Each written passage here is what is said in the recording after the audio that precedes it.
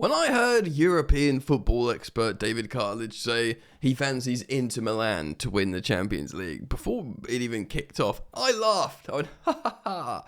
Another football hipster's take on Inter being the guys. Sure, they're a good team and they've recently been in a Champions League final, but do they have the stones in this landscape of super teams and stronger leagues as well to win it? And as now they've qualified for the semi-final against Barcelona and of course Arsenal against Paris Saint-Germain respectively, I'm starting to think maybe the nerds were right. Today we're going to look at it. We're going to look at Inter. We're going to talk about, are they the perfect team to see out a knockout tie? Of course, yesterday they drew 2-2 with Bayern Munich, but that was enough to see them qualify. And Vincent Kompany's resurgent Bayern not make the cut. So we're going to get into it today. I'm going to show you some stats, some fun stuff. Oh, teaser. And it's going to hopefully be an insightful video for you guys. So welcome on back to Football Yannick. How you doing? This is my safe space here to talk about football that's not related to my beloved Chelsea Football Club. And you might dig it. Heck, hopefully I can reach out to some of the fans of other clubs and cultivate a different community here, which I'd be very keen to do so. So thank you for joining me, and you are welcome to subscribe should you want to. All right. So Inter Milan. Firstly, let's have a look at this here. So this is their X value stats page, which is a stats website. And this here is showing you the average, this circular graph here, the average versus Inter. Now, the blue line represents Inter Milan, and the grey line represents the league average, of course, Serie A. You can see at first glance, guys, apart from long ball, and that's 100% down to style, they do way more crosses, they do infinitely more goals, shots, field tilt. Now, field tilt's, of course, where you play the game when you're attacking momentum, pressing, playing the game up in the opposition's defensive third.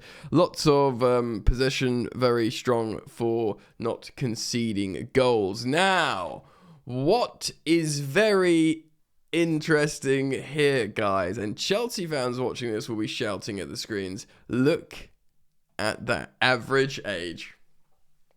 That is mental. That is an old ass team, bro. 29.8. That's an average team of 30. It's an average team of 30. That's wild. But this shows you canny operators, been there, done that. Perfect for winning tournaments, not just stylistically Inter and how they play with Inzaghi and stuff, but that, and I'm not, suggesting every team wants a team of old players because there's no, long-term planning and, suddenly they're all 30 and you need to replace a whole team or in their 30s. But for the moment, when you look at these young teams, my team, Chelsea, Strasbourg, and other young teams around Europe, even PSG's average age is 23. And obviously, this might be the difference. I mean, this isn't necessarily the whole premise of this video, but it's something that I certainly wanted to talk about. I'm going to show you some other stuff in just a moment. But that canny know-how, that been there, that done that, it's worth a lot. And as the season, is the only thing is they are in this tight title race. Check this out. So here's the standings on Serie A. They are currently 3 points ahead of Antonio Conte's Napoli. So these aren't any scrubs. This is Conte foaming at the mouth, wanting to get this league over the line. Of course, last season Inter as well won the title, 94 points. Look how many that's nearly 20 points clear of city rivals Milan. So they're really good. Inter, they're used to winning, they're used to getting over the line. Could this be the only factor that prevents them from getting the Champions League? I know they need to go all out for Barcelona, even if it's at the expense of losing some ground to Antonio Conte's Napoli. I mean, right? Champions League over league at this point? Maybe, especially because you're reigning league holders. To get that, how many of they? So they've won the treble under. How many Champions Leagues do they have? They have 2 or 3. They've definitely got the treble under Mourinho. For some reason, I think they got a couple. Forgive me for not knowing that. Anyway, let's look at some stats here as well. Season statistics for Inter Milan. For further context of how good these men are, goals per game 1.6, which is okay. It's not like, super incredible attacking. Here we go, 1.6 goals per game. We're in the Champions League here. I mean, that is worth watching the chat. Actually, we're talking about the Champions League in Serie A. 2.3 goals per game. So that's lots of goals. And just look at their defense quickly as well. Goals conceded per game 1. So you're going to win titles like that. But we are talking about the Champions League. So let's go back to the Champions League stats here for reference. 12 matches, goals scored 19, goals conceded 5. And 2 of them were yesterday. So yeah, their record's incredible. So so this is the main thing. This is why they're sort of so perfect for tournament football. Goals per game in the Champions League 1.6. But good teams that go deep in the Champions League, do keep it quite tight, quite locked up.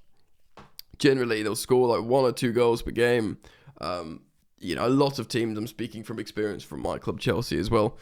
In terms of defending, this is going to be the most important thing, guys. And again, remember they conceded 2 yesterday, which heavily changes the average.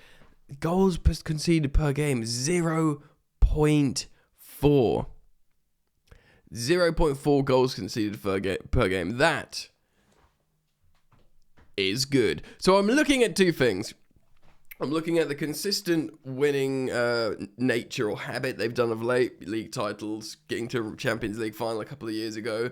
I'm looking at the average age of 30, 29.7 or whatever it is, and obviously that's skewed because they've got people like Jan Sommer in goal. They're starting the likes of Henrik Mkhitaryan. It really has very strong Expendables vibes, and just that defense is incredible. Because Mikel Arteta and Arsenal, they will be looking at their defense. Even without Gabriel, because they defend so well as a team, they'll be going, right, this is how we do it. They obviously kept Real Madrid out yesterday. I mean, even the goal they gave to Vinicius Jr., that was Saliba just having like an absolute brain fart. They could have just beaten Real Madrid 5-0 on aggregate, which would have, it probably should have been. Really. And it's defenses that win, the pragmatism that wins this kind of tournament. So I think really, just looking again at these defensive stats, not just the goals conceded per game, but tackles per game, interceptions, clearances, these guys, balls recovered per game, these are all high numbers. Errors leading to a goal in the Champions League this season, 0. 0 errors leading to a goal. That's because they're all ruddy grown-ups, mate. They're all 30-year-old men that know how to win. And I do wonder, no matter who wins out of Arsenal and Paris Saint-Germain, if Inter get to the final, I'll be thinking, this is just what they do. I feel like they'll definitely beat a PSG. As much as I enjoy watching the PSG team, I think they're very entertaining. I think it'll be very interesting if they meet Arsenal, because it'll be like a chess match, 2 sort of like pragmatists collide. But maybe, this David Cartledge and the other hipsters, they were right about Inter. Maybe, just maybe, Inter are going to win the Champions League. I'd kind of like that too. Would that be my favourite choice? I think so. Let me know what you think. Comment down below. Keep it locked to this channel. All of the content being pumped out all over the gaff here. So thank you for liking. Thank you for subscribing. And I hope to see you back here soon. Peace.